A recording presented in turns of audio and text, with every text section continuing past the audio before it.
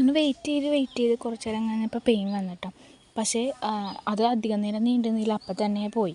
അങ്ങനെ പെയിൻ വരും പോകും അങ്ങനെ നിന്നുകൊണ്ടിരുന്നു. പിന്നെ ലാസ്റ്റ് ഒരു പെയിൻ വന്നപ്പോൾ ഡോക്ടർ പറഞ്ഞോട് നീ പുഷ് ചെയ്തു, ഇപ്പോൾ നന്നായിട്ട് പുഷ് എന്നും പറഞ്ഞ് ചേച്ചിമാരും എല്ലാവരും കൂടി പിടിച്ച് പുഷ് ചെയ്ത് അങ്ങനെ ബേബി വന്ന്. അങ്ങനെയാണ് നമ്മുടെ കുഞ്ഞിച്ചക്കൻ മാർച്ച് 12 ബുധനാഴ്ച 12:15 നമ്മുടെ കുഞ്ഞിച്ചക്കൻ നമ്മുടെ കൈകളിലെത്തി. അപ്പോൾ വേഗം എൻ്റെ അടുത്ത് കാണിച്ച് ഒരു കുഞ്ഞി കരച്ചിലൊക്കെ കേട്ട് അത് കഴിഞ്ഞ് അഞ്ചന ആൺകുട്ടിയാണ് കേട്ടോ എന്നൊക്കെ പറഞ്ഞ് കാണിച്ച് അത് കഴിഞ്ഞ് പുള്ളീനെ തുടച്ച് ഫ്രഷാക്കി പുറത്തോട്ട് കൊണ്ടുപോയി. അപ്പോൾ എൻ്റെ അടുത്ത് സ്റ്റിച്ചിടലൊക്കെ നടന്നുകൊണ്ടിരിക്കുകയായിരുന്നു. സ്റ്റിച്ചൊക്കെ ഇട്ട് കഴിഞ്ഞ് പിന്നെ അപ്പുറത്തോട്ട് ഷിഫ്റ്റാക്കി.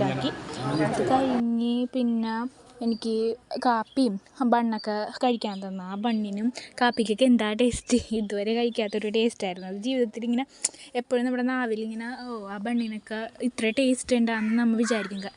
പനി വരുമ്പോൾ മാത്രമല്ലേ നമ്മൾ ബണ്ണൊക്കെ കഴിക്കുള്ളൂ. പക്ഷേ ആ ബണ്ണൊക്കെ ഇല്ലേ എന്തോ ആ സമയത്ത് ഭയങ്കര ടേസ്റ്റായിട്ട് തോന്നി. അങ്ങനെ കുറച്ച് കഴിഞ്ഞ് പിന്നെ ട്രിപ്പിട്ട് അത് കഴിഞ്ഞ് പിന്നെ യൂറിൻ പാസ് ചെയ്താലല്ലേ പുറത്തോട്ട് നമ്മൾ ഇറക്കുകയുള്ളൂ. അങ്ങനെ 2:15 ആയപ്പോൾ ഞാൻ കിടന്ന് കുറച്ച് നേരം ഉറങ്ങി. അത് കഴിഞ്ഞിട്ട് സിസ്റ്റർ വന്ന് ചോദിച്ചിട്ട് യൂറിൻ പാസ് ചെയ്തല്ലേ പുറത്തോട്ട് നീ നല്ലോണം വെള്ളം കുടിച്ചു എന്നുണ്ട്. അങ്ങനെ ഞാൻ വെള്ളമൊക്കെ കുടിച്ച് യൂറിൻ പാസ് ചെയ്ത് കഴിഞ്ഞിട്ട് എന്നെ 2:30 ആയപ്പോൾ പുറത്തോട്ട് ഇറക്കി.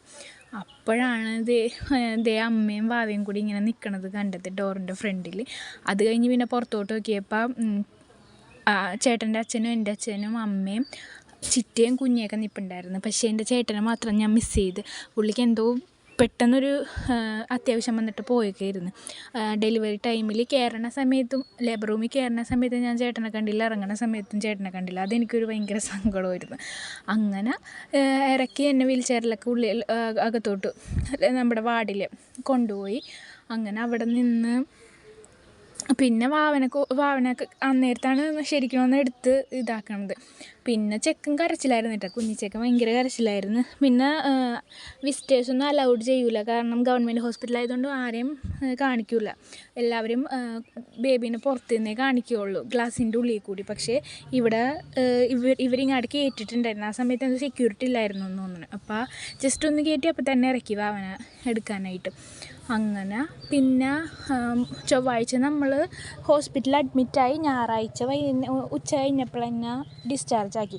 എന്നെ വെള്ളിയാഴ്ച ശനിയാഴ്ച ഡിസ്ചാർജ് ചെയ്തതായിരുന്നു. പിന്നെ വാവക്ക് ഒരു ചെറിയ മഞ്ഞപ്പ് ഉള്ളതുകൊണ്ട് ഞായറാഴ്ചത്തേക്ക് മാറ്റി.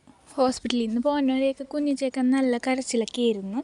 പിന്നെ വീട്ടിൽ വന്നപ്പോൾ സെറ്റായി. അപ്പോൾ ഡെലിവറി സ്റ്റോറി ഇഷ്ടമായാലും സബ്സ്ക്രൈബ് ചെയ്യണേ.